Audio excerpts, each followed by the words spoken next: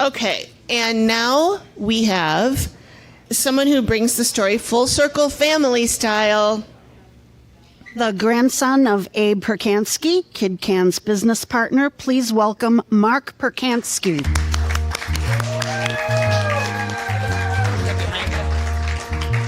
Oh, nice. You can let that play. I love that song.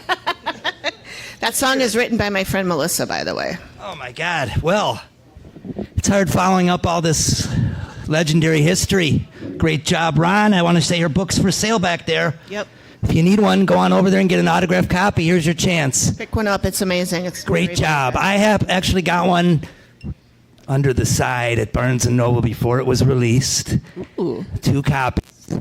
And then I read it instantly. And then I'm online and I'm seeing some event at the CC Club. Now, let me just say, first of all, I talk a lot, but then you'll kick me off. It's okay. Anyhow, so I'm researching it, and I believe Amy wanted maybe to come on the show when it first started. I've been a fan of it since 2021, since it started, kind of watching it. Maybe nobody knows that, but I don't tell everything I watch and do. But so I love the show. Full circle, I see this event sponsored by the CC Club. Let's hear it for them for a great job for hosting. And Randy Segal over there. Thank you, Randy, for having me in your joint. And so I'm researching it, and I see Collected Sounds. The event is sponsored by Amy Lotsberg. Okay, so let me just say one thing. Holy moly, Amy Lotsberg, okay? Go back to me. I will tell you my history. I was a childhood magician growing up. Go back to 1979. I'm on the Aquatennial doing magic, panhandling, whatever you call it, bootlegging magic. A guy walks up to me and he says, I want you on my show. I just started out. I was 12 years old. And he says, come on my show. I go on his show. It was a Saturday, I believe, 2 shows. And I think he knew, he asked about the flame, and he knew my name, and he put me on his show.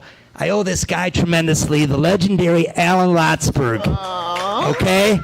Who was a gentleman and a mensch. A mensch. The video is on my YouTube. Just go to Magic Mark Productions YouTube, and you will see it there. Me talking to him. I'm nervous as hell. I'm shitting my pants, and Alan's talking to me.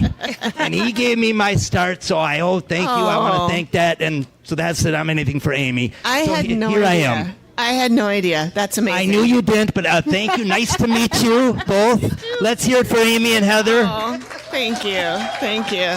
For hosting and letting me on here, and just tell you a little bit of my background. I'm going to bring my family up too if they want to come up here and sit. I want to introduce them.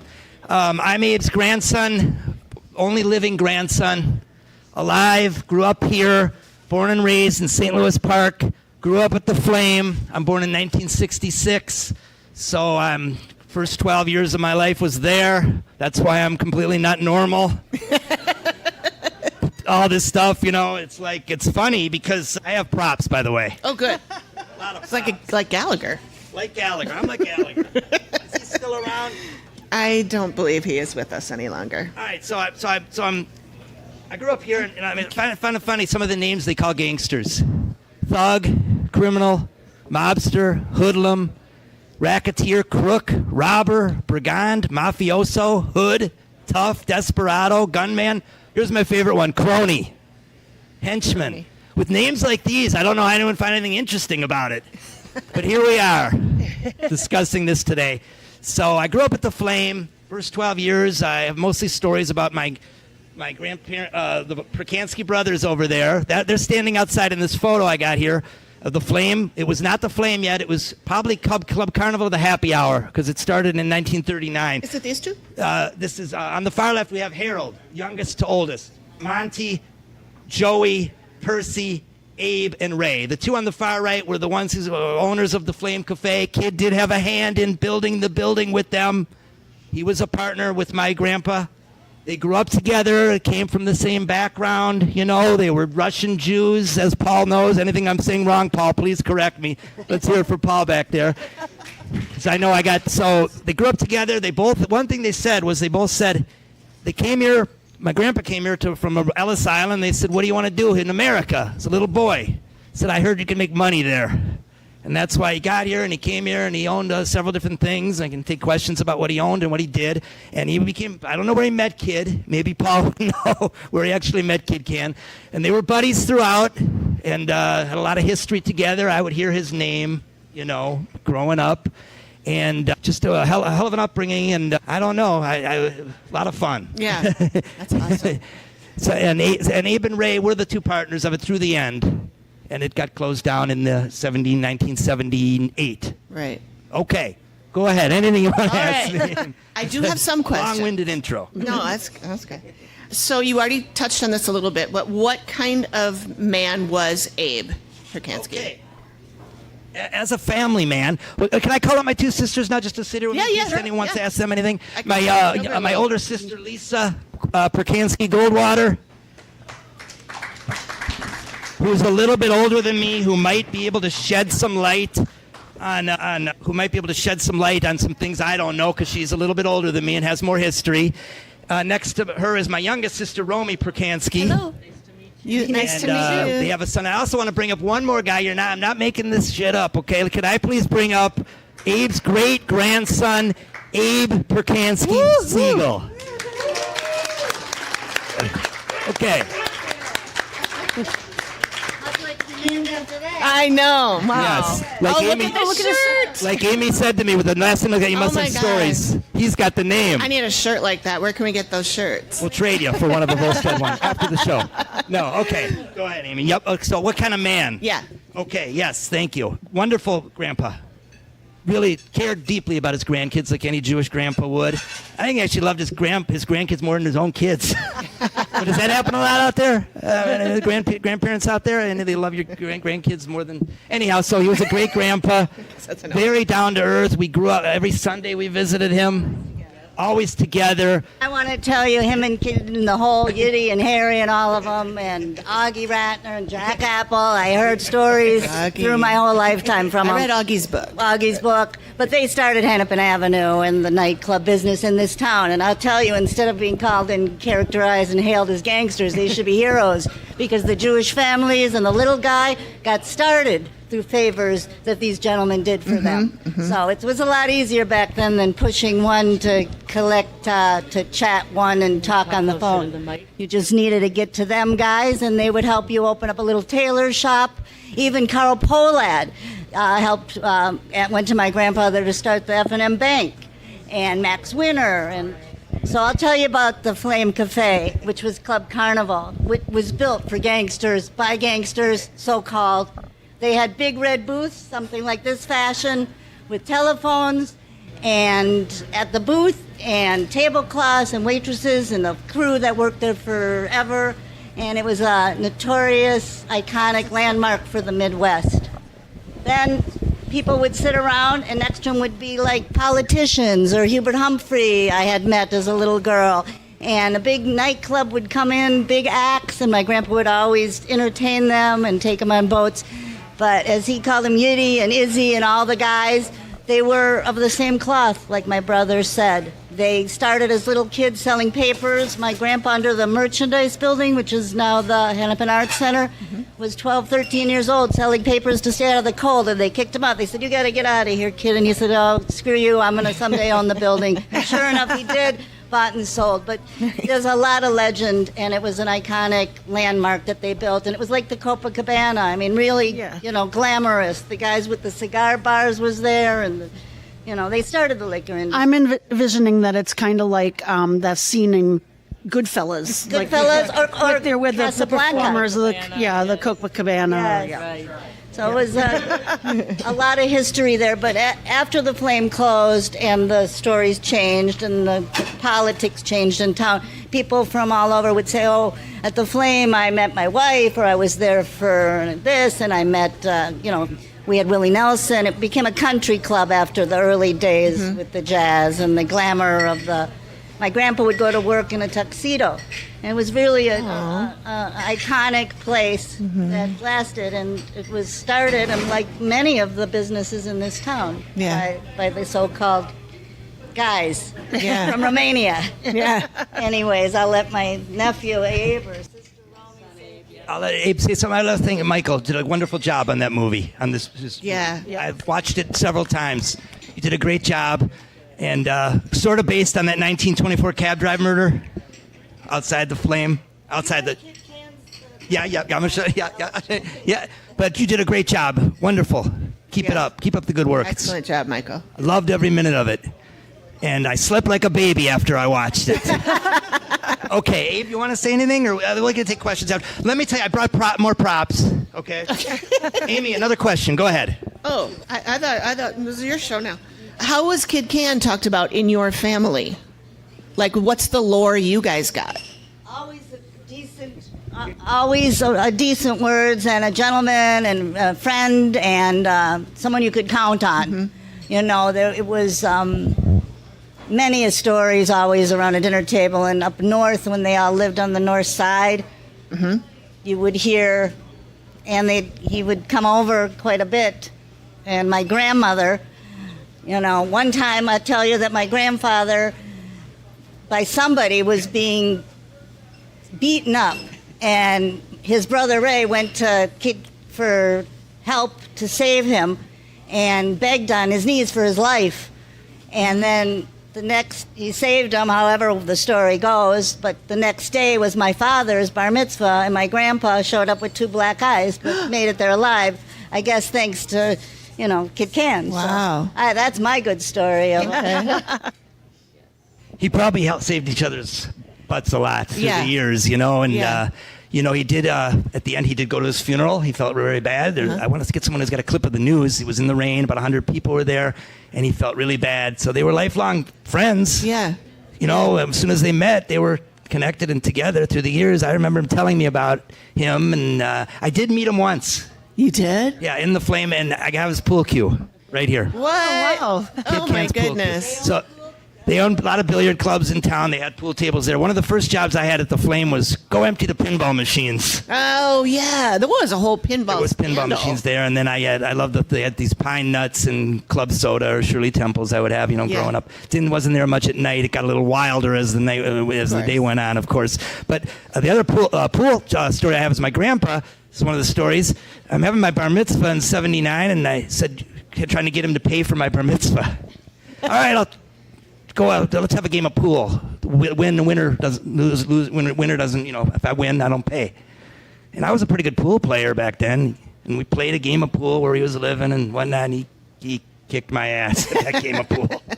And then he always said he had no trouble with anybody. People would come in, always picking on me. He was about 5'6". He wasn't afraid of anybody. One time he told me a story. This is kind of a good story I have if I don't get to that. But the guy pulled a gun on him, kicked him in the you-know-what, took the gun, and escorted him out the building. Oh.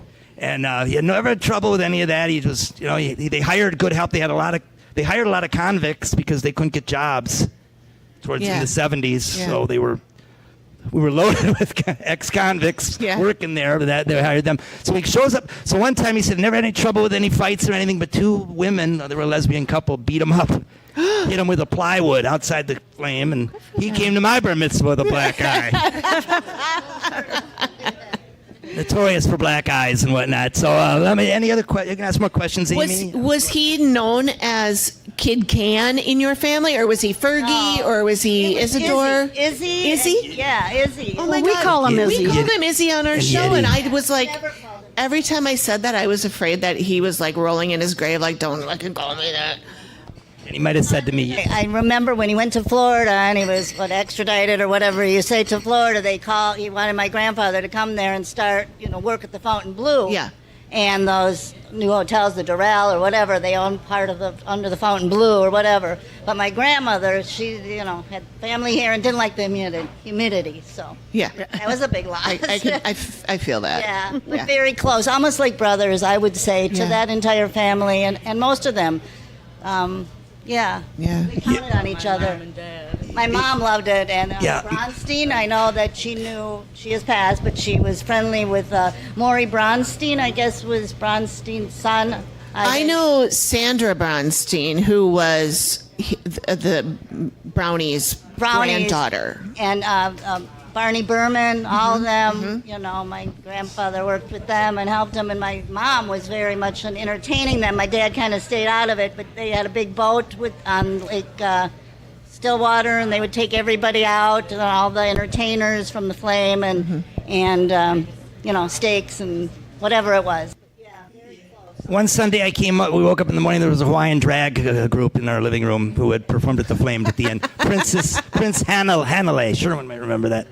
There they are. It was my experience for a first drag show, you know, and he had a hand in the gay 90s. One time he had so much property that it was called Percansky-Boulevard, if you research it at the time, with him and his brother Ray. They owned a chestnut tree. They had a little hand in the Ramona Cafe. The Liberty Cafe, I believe. But I want to just say there's 3 books out there as research points.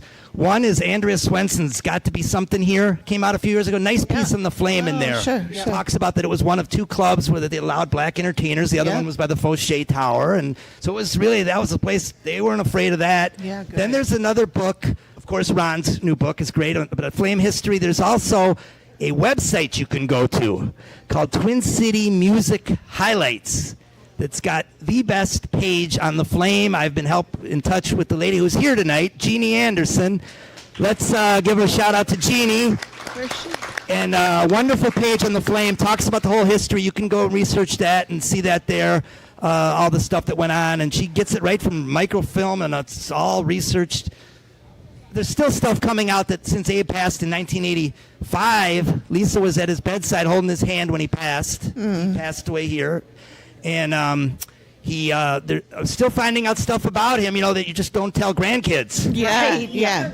That was one thing nobody ever. He never ratted. Because I can tell you, they robbed him one night after he closed the Flame, and they followed him home. And he was at the time in St. Louis Park, and they came in. My grandmother was sleeping, and at gunpoint, you know, woke her up looking for jewelry. And he said, "Listen, leave my wife alone. I'll take you to the Flame. Well, there's nothing here. You're looking for cash or whatever. I'll take you to the Flame in the morning. We'll open up right now, the vault." And they just ransacked the house, and then I guess the police caught them, and there was a lineup of the guys. Wow. So my grandfather looked at him, and of course did not recognize him, but I know there was a lot of broken bones after that. Wow. But he didn't want to pull him out of a lineup. So that story Yeah. I heard, because I guess it never did pay in those days to be squeal? a rat, Yeah. squealer. Yeah, yeah. Never rat on your friends. So Fun stories at the holiday dinner table, you know. For us. I and can't. my mom's side was a sweet, nice, caring family. So it was a hell of a combination growing up, you know. And I'm glad you did this, though. It's nice history for Minnesota, and it's just great to preserve, actually, you know, Yeah. some of what started this. It's so fascinating. Well- And we learn more every time we talk to somebody. It's it's amazing. close 45 years, and they're still talking about it. Yep. And what went on? So they keep saying, write a book, you know, and I maybe people doing that in the future. And a movie. And a movie. We got a TV movie. We series. got a book and all that. So, but questions for these guys? Amy or anybody else? Any other? 71. I used to sing for my grandfather all the time, and he loved my singing. Oh. He'd say, "Get louder, louder, zoom golly golly, zoom golly golly." Nursery rhyme. Yeah, he loved nice. the nursery rhymes, and I was a little girl, and we'd come over there. We went horseback riding, and he was the best. That's why she named Yeah, and then I named my son Abe for him, and How old were all of you when he passed? Abe? I was born 71, so 70. He passed in 1985, so I was 14, about teenager. That's quick math, Heather. Good for you. Yeah. Can't do that We were quick close. math. We all lived here. Yep. Minneapolis, St. Louis Park. Yeah, yeah.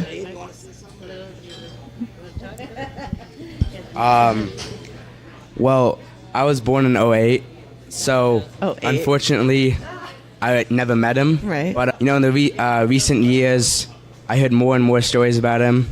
I knew him as a great man, and I'm honored to get his name. So, Awesome. yeah. Good. That's great. Thank you. Very nice. He's got a lot to live up to. And the connection, the full circle is his grandpa's running this place. So who Yeah. knows? Yeah. That's great. Percansky and Segal, so we'll see All what he right. wants to do. Questions? Any others? I don't. Well, I let's want to see. bring up a friend of mine. Yeah, Okay. sure. Bring it up. No, well, We already did that. We already did that. Go for it. okay. Thank you, Lisa and Romy. Thank Maybe you, you could stay. Percansky family.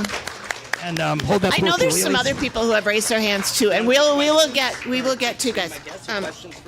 Bring up, yeah. You go ahead and bring up. Okay. I don't know so who you're going to bring up. This is a I'm gonna surprise bring to up me. my surprise. Is this? Yes. Okay, yes. awesome. Okay, I did talk to this gentleman for a little bit earlier. So we have somebody here. Let me just say a little quick thing about the flame, and I'll bring him up. Can you hear me okay? The man I'm going to bring up describes the flame like this.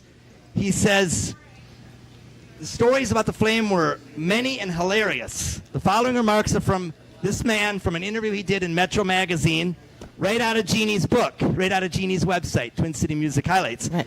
Webb Pierce, the country guy, drove a Pontiac Bonneville with silver dollars attached to it and parked it on Nicollet Avenue with the top down while he played his shows. People would stop and look at it, but nobody bothered with it. It was a nationally known place. Every week, Billboard and Variety magazines would write about what was happening at the Flame. National talent agents would come in there, and national critics as well. Sports personalities and other people would hang out together. They had this $2.50 T-bone steak dinner, which at that time was a very good price. It's still a very Most good places would charge $5 for a steak like this, he said. It was kind of a place where the middle class and even somewhat redneck, so to speak, could hang out. Professional people and the affluent also went there to let their hair hang down. The other people went there to put on the dog. They all commingled with no problem at all. So I'd like to introduce to you a real country legend who's been around for so many years and the last remaining survivor of playing at the Flame. He's got some stories for you. Ladies and gentlemen, please welcome Sherwin Linton and his lovely wife, Pam.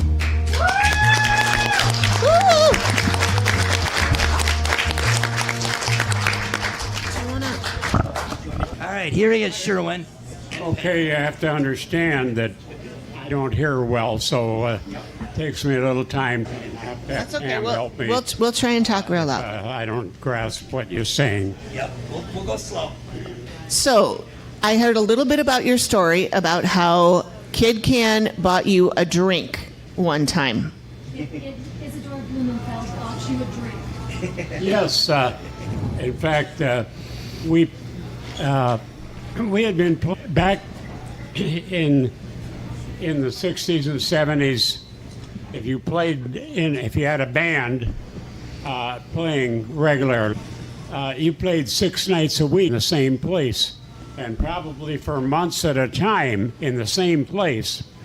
So we had been playing at a place, it was called a 3-2 bar, Oh, sure. right down the street from the on Nicollet Avenue from the Flame. It was called the Savoy, and I'd played there for 7 months. And the owner, there was twin brothers, Ben and Harold Steinman, and Ben had the Savoy. Harold had a place downtown on 6th Street, a big bar or liquor place, and the one that would come down and pay me every Sunday night when we were done. And so on a Sunday night,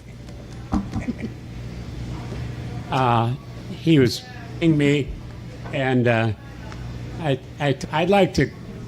It would be a step up to Variety Bar downtown, a big liquor place.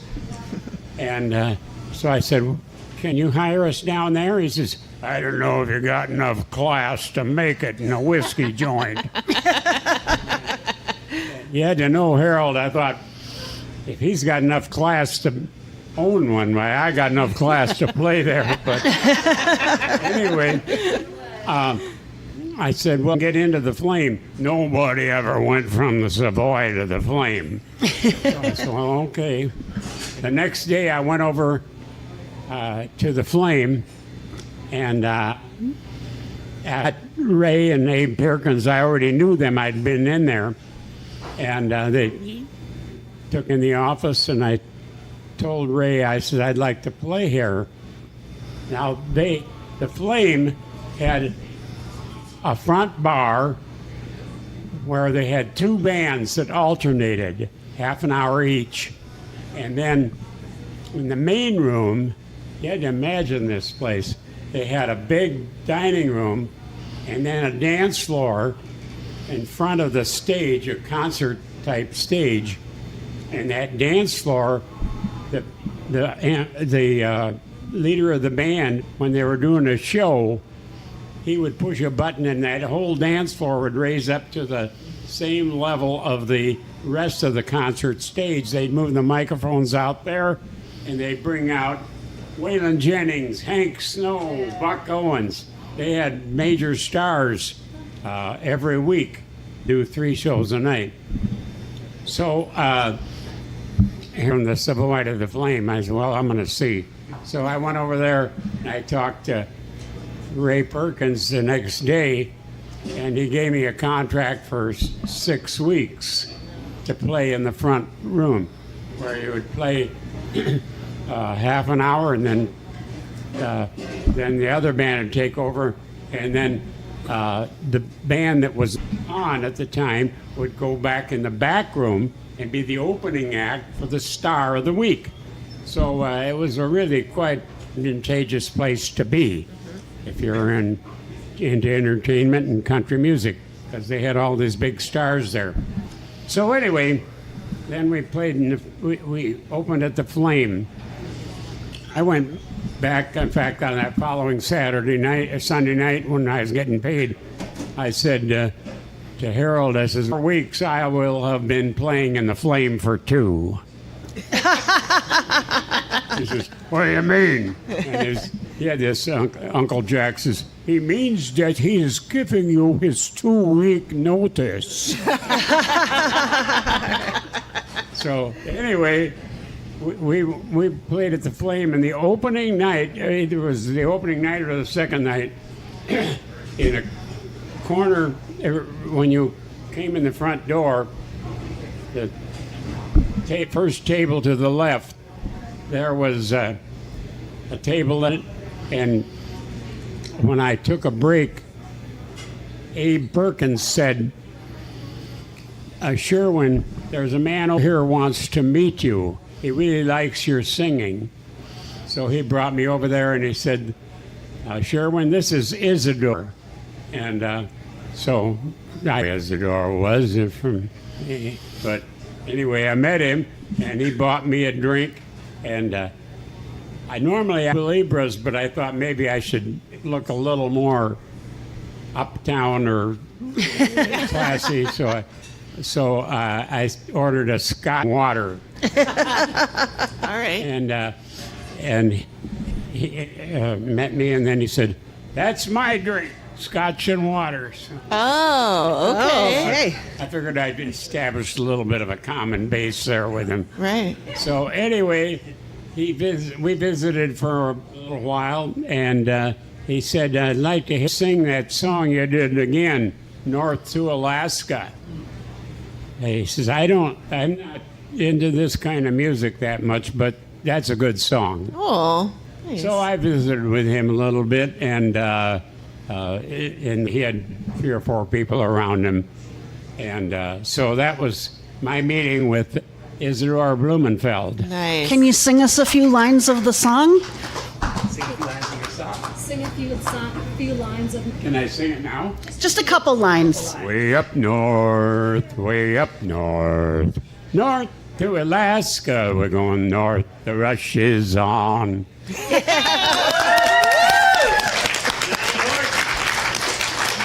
So we played in the Flame that time in the front room for 5 months straight. And then there, Harold Steinman, who had the variety bar downtown, was down there trying to hire me to come downtown. But I stayed in the Flame for 5 months, and then we did go down and played in the variety bar for almost a year. Wow. But anyway, during the time we played in the Flame, or actually later on in the 60s, in the mid-60s, I had some hit records. And so we ended up being the featured star in the back room. And one time, Show in and tell. 68, I believe it was, we established receipt records or attendance records in the main dining room, because I had a big following here in the Twin Cities. So Abe and Ray brought me in to their office, and they said, "You have just had the best week we've ever had here." Wow. And with all these Nashville stars and everybody, and you had a bigger week than any of them. He said, "Well, I got a star ruby here I'd like to give you." It was a big star ruby, bigger than my thumbnail.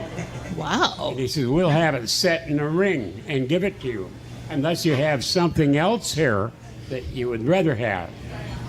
He had a picture, I made a copy of it, that was signed to him by Jim Reeves. This little boy peeing on the desk. And the caption is, "I quit." And it says, "To Abe and Ray, Jim Reeves." I told him I'd like to have that picture there, Nice. that you have a Jim Reeves autograph for you. So they signed it to Sherwin Abe Perkins. Oh, wow. So- Wow, his actual was- autograph. That's And amazing. I was a friend of Mary Reeves, Jim Reeves' widow, and I asked her. I said, "Did he have these pictures with him that he would give to different people for a joke?" She said, "I never seen one before." Wow. So Oh, it's okay. pretty rare. This is my original contract with the Flame Oh, my goodness. Oh, wow. from 16th of February 1961 is when it was signed. And then we opened. So that would have been the day that I believe I met Isadore Blumenfeld. And that was 1960 what? 61. Okay. This, in the somewhere in the mid '60s, we were playing in the front room, and they had the front bar.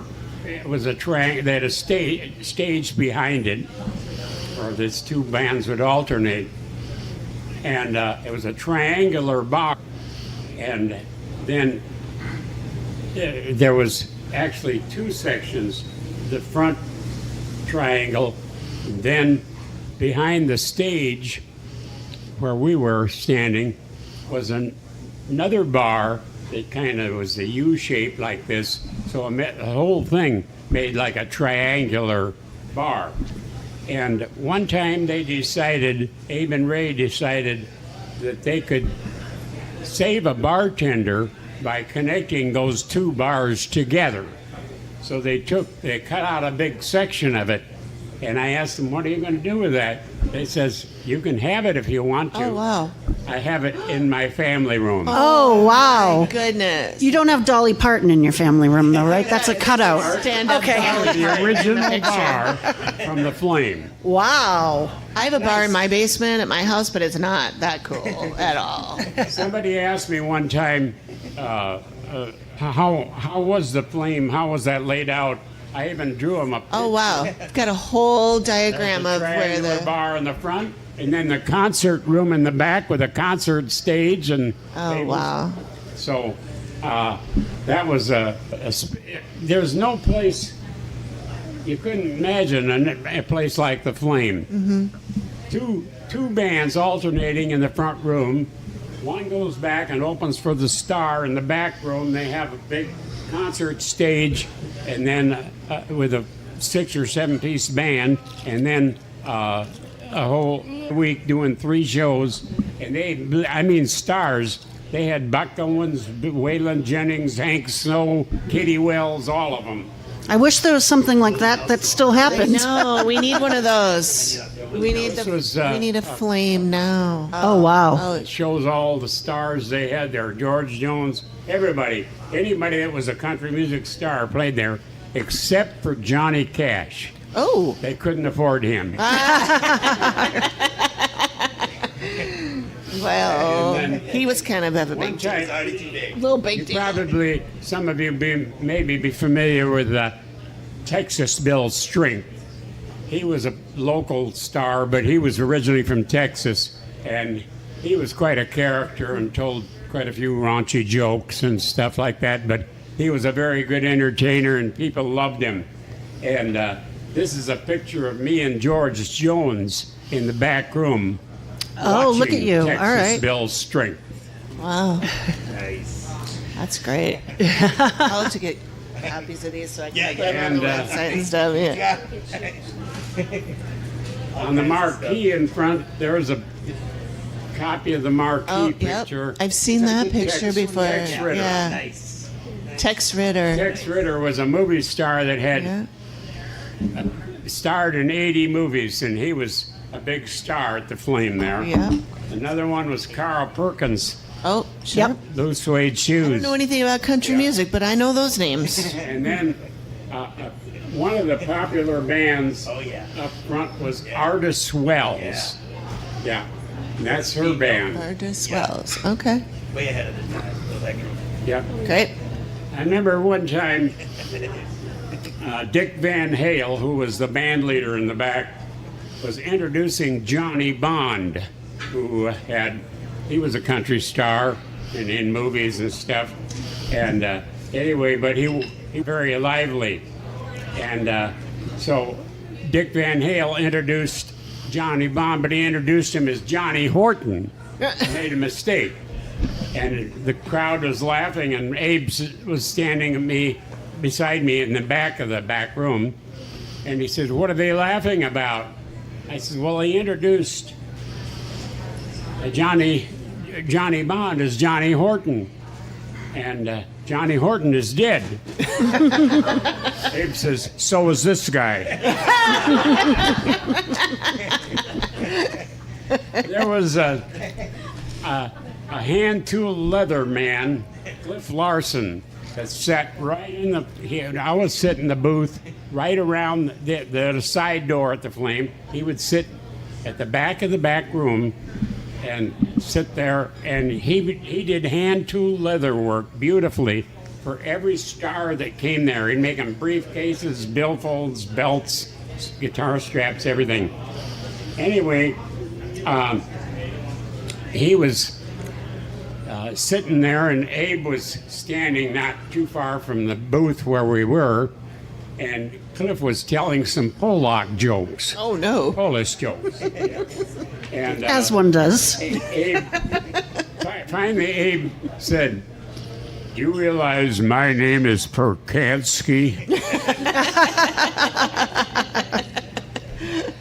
One night, we had finished part of the opening show in the dining room, and Dick Van Hale,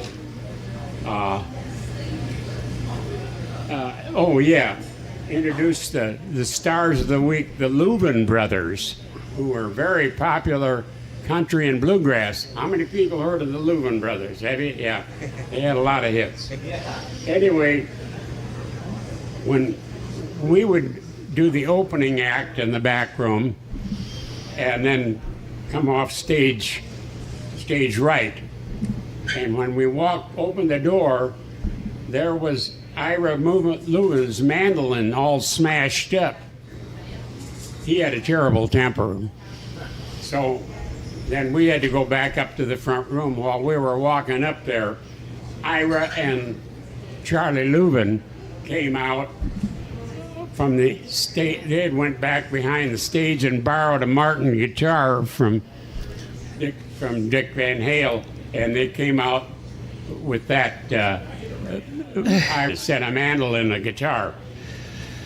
I did some shows with Charlie years later at festivals, and I said, "Do you remember that when he smashed up his mandolin? He had a terrible temper." "Oh, yes. He picked up every piece of it and put it in a grocery bag, took it home, put it all together, and you couldn't tell." My goodness. So I thought that was kind of interesting.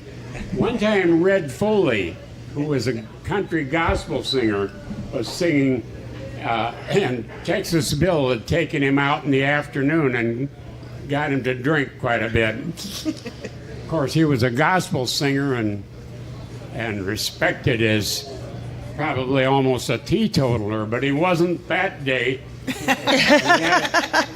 He had a hit version of Peace in the Valley, which later Elvis did too. But anyway, he was standing out there on stage. Well, I'm tired and I'm weary and I must go away. He fell right off the edge of the stage onto a table. And anyway, that was You have 2 considering drinks during his the show. reputation. Gospel's too good for him. Well, Texas Bill had gotten him out in the afternoon, and Texas Bill was known to drink it himself. So, well, anyway, that's a few of my stories. And, That's amazing. Thank you for sharing. so much. Still playing around. Oh, you're still. Tell them where they can find you. Where are we playing? Are you still touring? Are you still playing? Oh, yes, yeah, we're still touring. We still do about 150 shows a year. Wow. Pam and I, with our band, we call our band the Cotton Kings. I had a hit record called Cotton King in 1967. So we named the band, before that it was the Fender Benders. Okay. And then I changed it to the Cotton Kings Yeah. to go along with my hit record. Okay. So we still do about 150 shows a year, a lot of fairs and festivals at the South Dakota State Fair every year for the last, since 1973, for the whole length of the fair. Do 3 shows a day. South Dakota's my home state. Oh, wow. So we play there, and we play a lot of other fairs and festivals all around Minnesota and the Midwest. All right. And also, we will be at Crooners up in Fridley. That's a big place up there. Okay. Yeah. Yeah, we love crooners. We'll be there for my birthday. When's that? My birthday's the 28th of July. We'll be on a Sunday, the 27th of July. Okay. All right. Awesome. I'll put all of that stuff in the show notes. Pam for just anybody. released a new album too. Oh. Yeah, Carter family. Pam, want to say? Cann has a new album, which is a tribute to the Carter family. Okay. I have a new folk records recording deal, and we released Songs of the Carter Family on January 17th of this year. We're getting national airplay, and there's a concert show that goes along with it. Pam Linton and Sherwin has allowed me to retain the use of the band name The Cotton Kings, and so that name will live on. So it's Pam Linton and the Cotton Kings, the Songs of the Carter Family, and you'll hear more about that. You can visit pamlinton.com. You can find me on Facebook, Instagram. You can also find sherwinlinton.com with our tour schedule there, and also find Sherwin Linton on Facebook, Sherwin Linton and Sherwin Linton Music. Great. Thank you. Thank you. Also have to tell you, Abe and Ray Perkins, of course, were associated with Isadore, Blumenfeld, and all of that element. But to me, they were both just wonderful people. The story about when you got divorced. Yeah. Oh, we have a divorce story coming up. I had a lady in my band that joined our band, Cleo B. And my wife said, you should have a girl singer. You should hire that Cleo B. She sings with you once in a while. Cleo B was extremely well endowed. When we were on the road, we traveled in my Cadillac, and the band traveled in another vehicle and did our shows that way. And eventually, traveling together with Cleo, we ended up having an affair. And eventually that led to, looked like I was going to be divorced, and which I eventually was. But Ray Perkins called me in his office. He said, I know you have this girl that you're in your band, and you're wanting to get divorced and then be together with her. I'm going to tell you something. Your father is deceased, and I know that. I have to speak in behalf of your father. Believe me, Sherwin, this lady that you're married to, Mary Ann, she is a big support to you and loves you a lot. You don't get divorced from your wife. He said, I have been in this business for a long time, have a lot of opportunities. but you don't get divorced from your wife. And he preached to me. So he was one of concern and believed in moral values in that regard, anyway. All right. Yeah. Ray and Abe Perkins were wonderful people to me, and just can't say enough good things about them, no matter what their other life was. Sure. I mean, and that seems to be the case for a lot of the people, we've yeah. been talking about today. Well, thank you so much for joining us. Thank you, Sherwin. Pam. Sherwin and Pam. Mark, thank you. I know we have some other people that have been like, we have stories, so I want to see if there's anybody else that's still here that would like to come up and tell a story, or anybody. No, we're all silent now. Nobody's raising their hand. No? Okay. I could tell a story about my dad. Okay. Sure, come on up. Get by a mic.